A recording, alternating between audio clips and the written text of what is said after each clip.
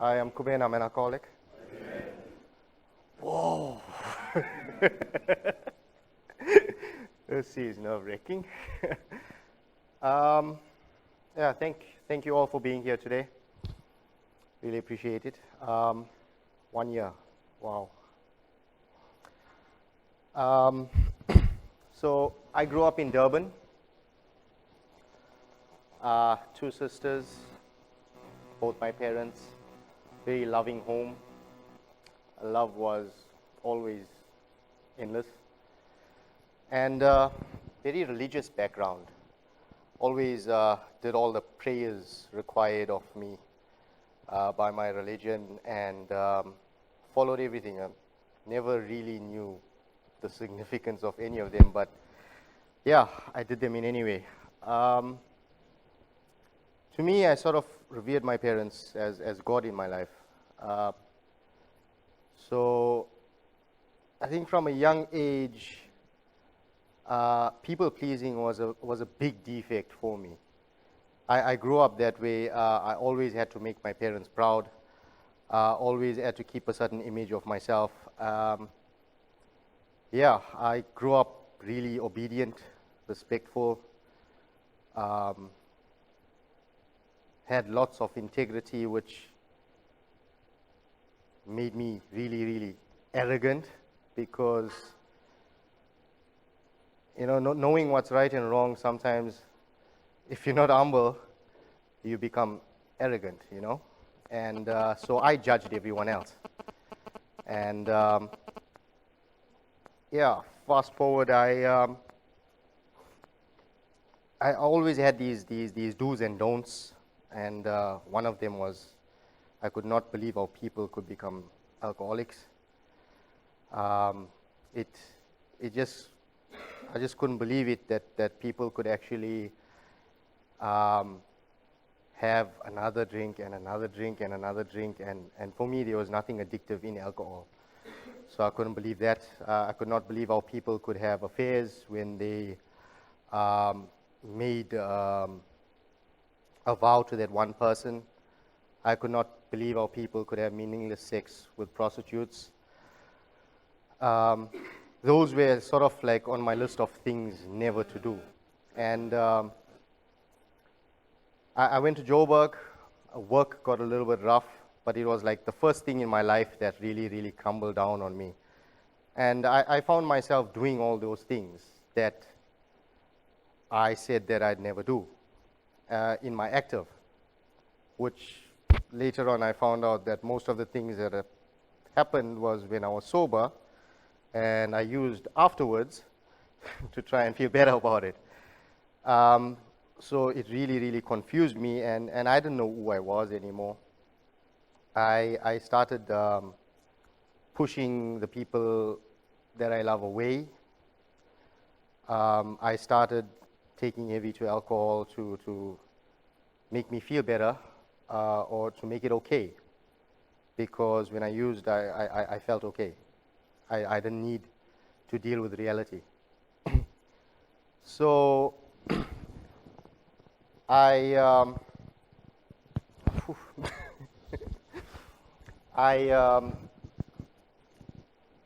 I used to use heavily and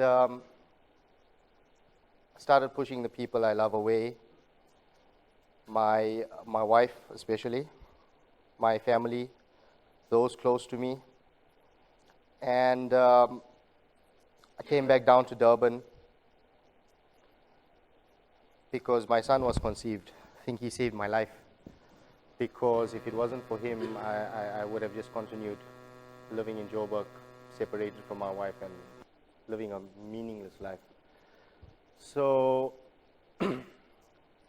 when I came back down, things weren't fixed for me, you know. Work got even worse.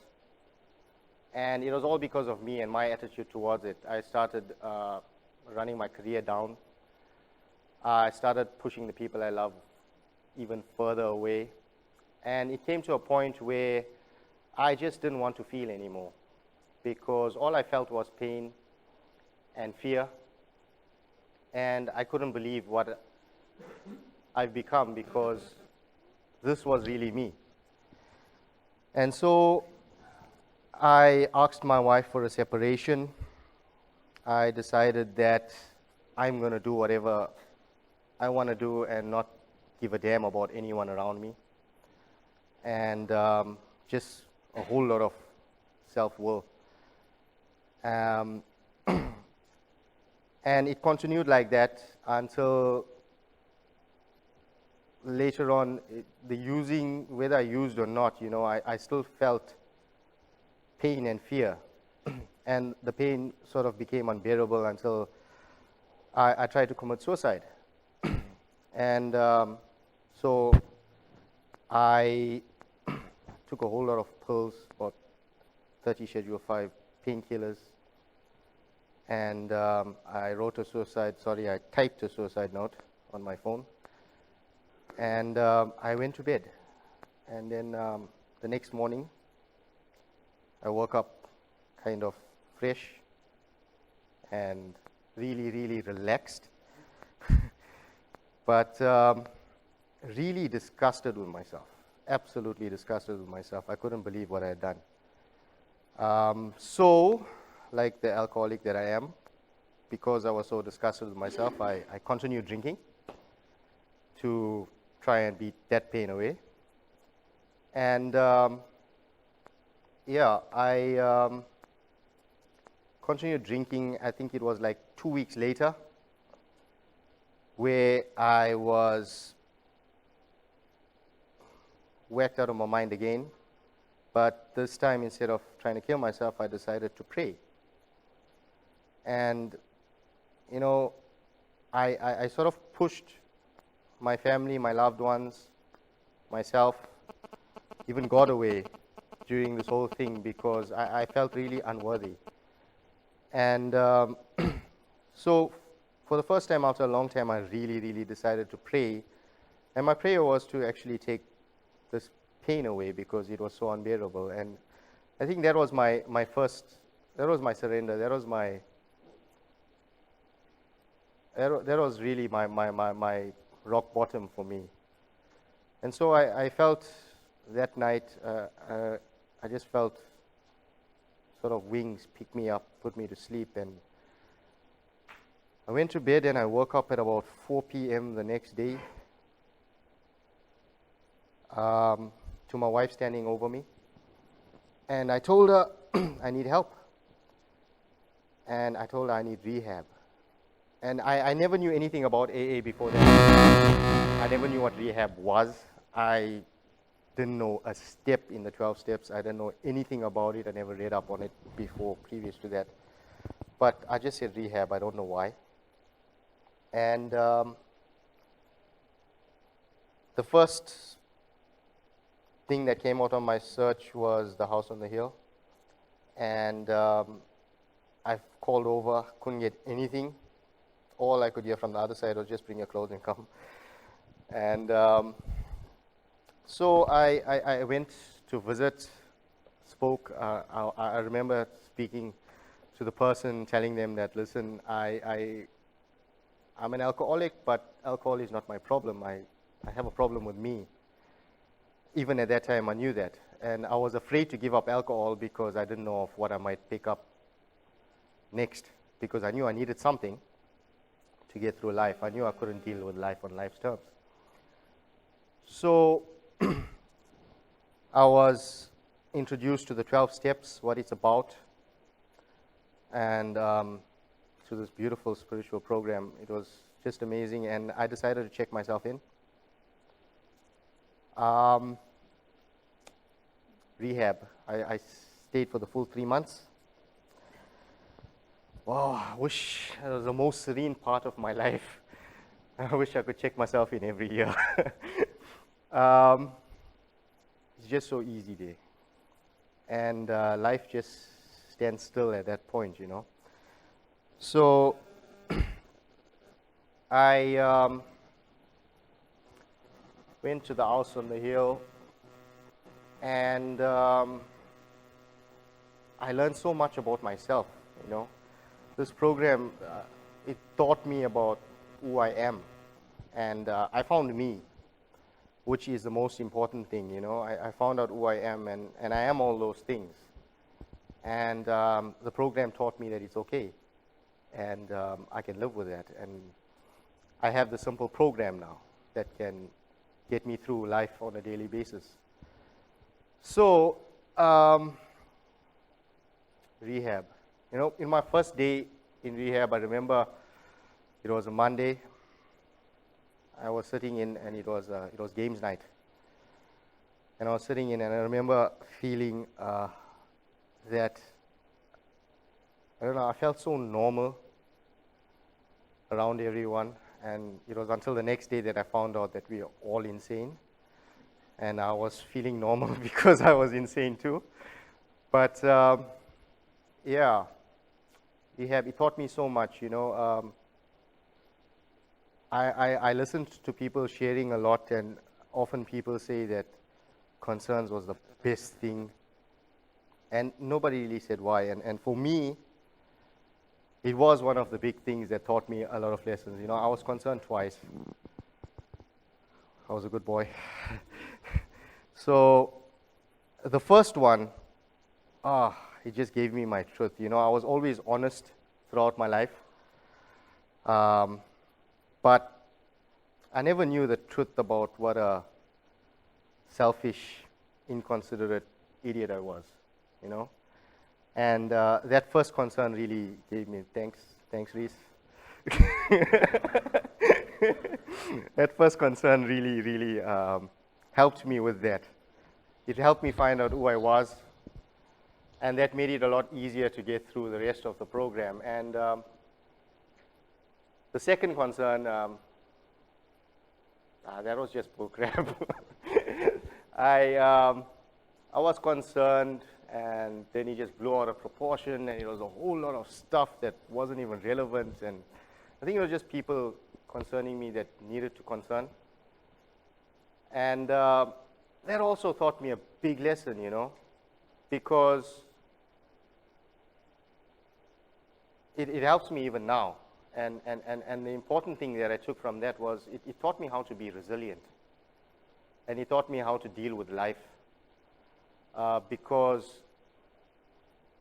that crap about people talking about you and to you and the way people feel about you and stuff like that, it goes on throughout. It doesn't ever stop. And that just taught me that lesson then, and I really needed to learn that because it's helping me a lot now. But it taught me how to accept other people's feelings and what they thought of me, and taught me to be okay with it. And I think most importantly, it taught me how to respond to it, because how I respond is the most important thing, and it makes all the difference. So yeah, and then I went through rehab, and it took me a really long time to actually believe that I'm an alcoholic. It wasn't until a share by Keith that he shared about why he is an alcoholic. And it really helped me, you know. And I think for that share, it was like, I wanted to be an alcoholic more than I actually believed that I was an alcoholic.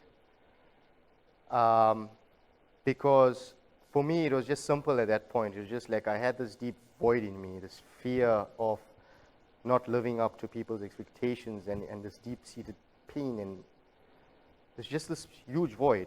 And that was enough for me.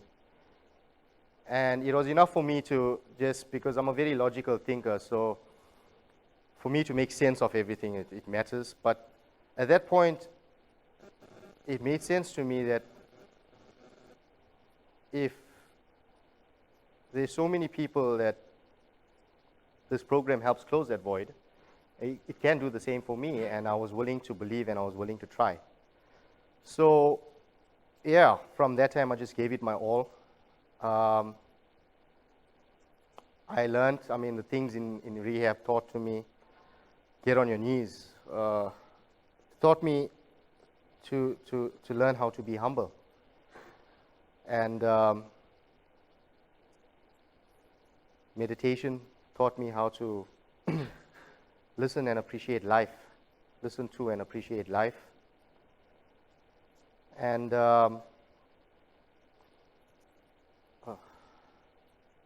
mind is so blank. Sorry, guys.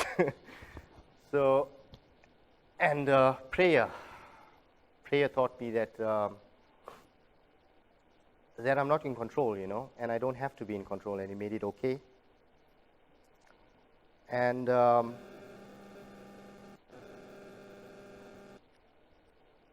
don't know, at that point, for me, it was just learning all these things, and everything was just falling into place for me. And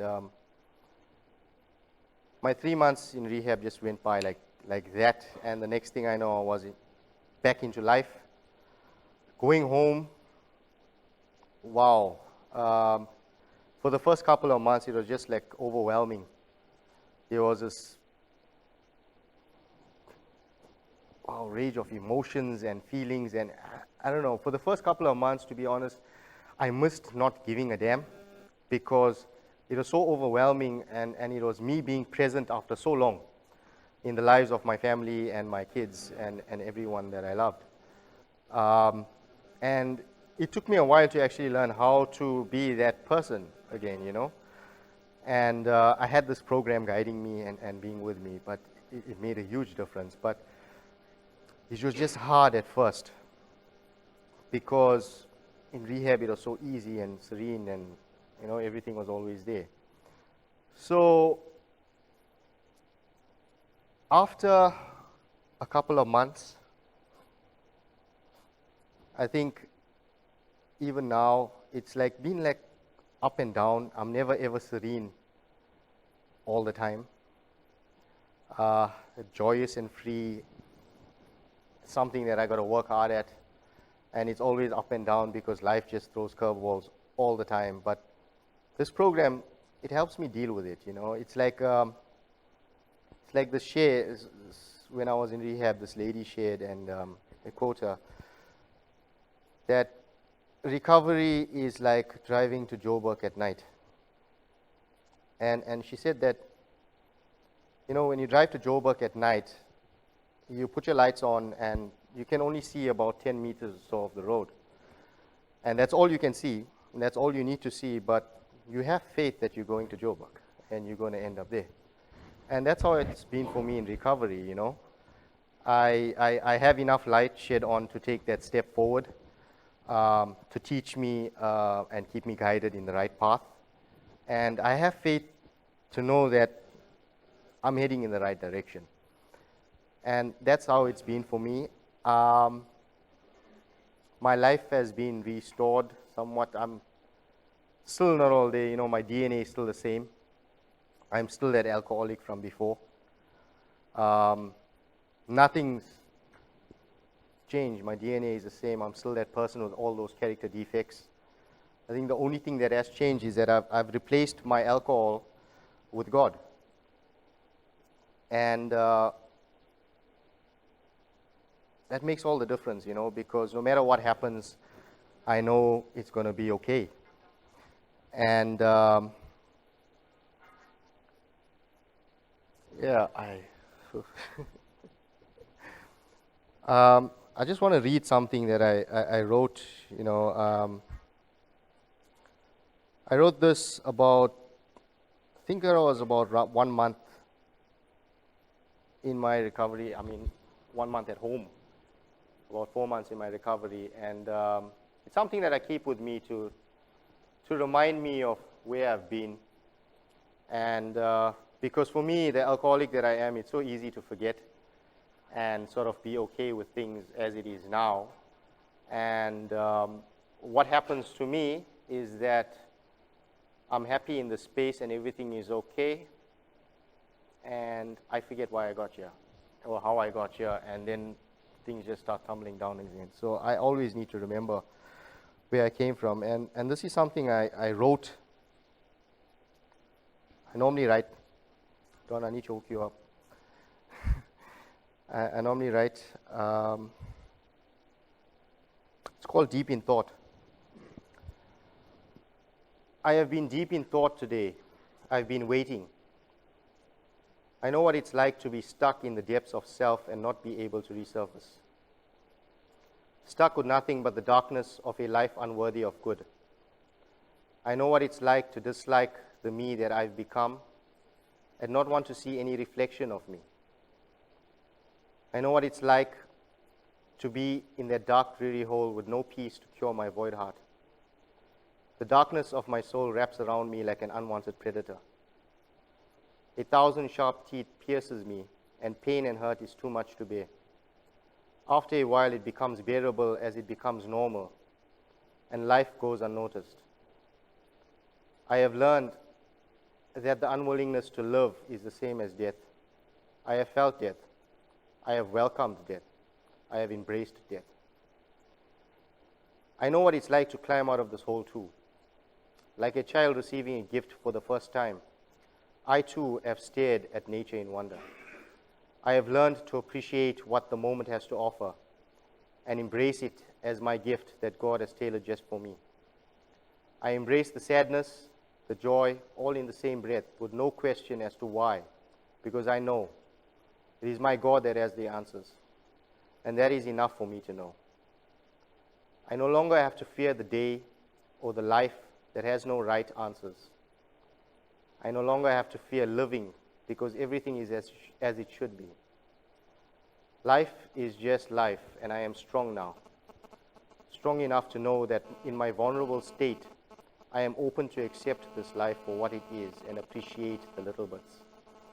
I have learned that self is my enemy, and I have learned to love my enemy. I have learned that self cannot be loved with self in mind, and that relief of oneself is the only gift man should seek. In this, I learn to give instead of getting.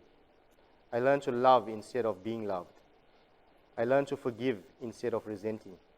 I learn to live a little every day. I have been waiting, eagerly waiting for life to happen.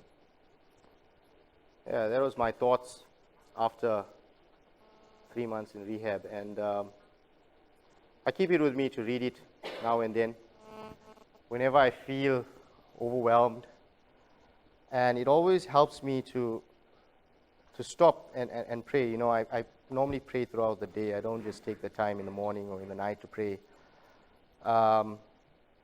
I sort of stop to thank God, you know, to show gratitude for everything. And even when things are going wrong, it helps me so much to just stop and say, God, thank you for everything that I have. Because without that gratitude, I don't know, I just find myself taking my own will back. And for me, I just don't want to end up back there, you know. And this writings for me, it makes that fear and that pain that I felt back then real. And it's kept me sober, you know. It's never always been easy. But I think for me, the thought of using and stuff like that, that thought has just left me. You know, the promises do come true after a while. It's not so much that I want to have a drink or something like that, because I've realized how much life is better without it than with it. And now it's more about dealing with me on a daily basis, and taking my inventory and learning more and more about myself, teaching me how to control my behavior, you know. I mean, taking my inventory helps me control my behavior. And yeah, it's all about the choices, you know. Choosing this program, and for me it was just God sent, because everything just like sort of like flowed into place, and the program was just there, you know. I was lucky, I was so blessed, because I asked God for help, and it was there in the form of this program. And yeah, so I'm not perfect. I still struggle, but I'm grateful for everything. Grateful for the bad times, because without those bad times, I never would have been here today, living and enjoying life and being grateful for it. Grateful for my family, my wife. I still put her through hell every day. But yeah, I'm learning, and every day I become a little bit better, hopefully. And yeah, that's all I have to say. And thanks you all for being here today. Thanks for letting me share. Thanks a lot. Thanks.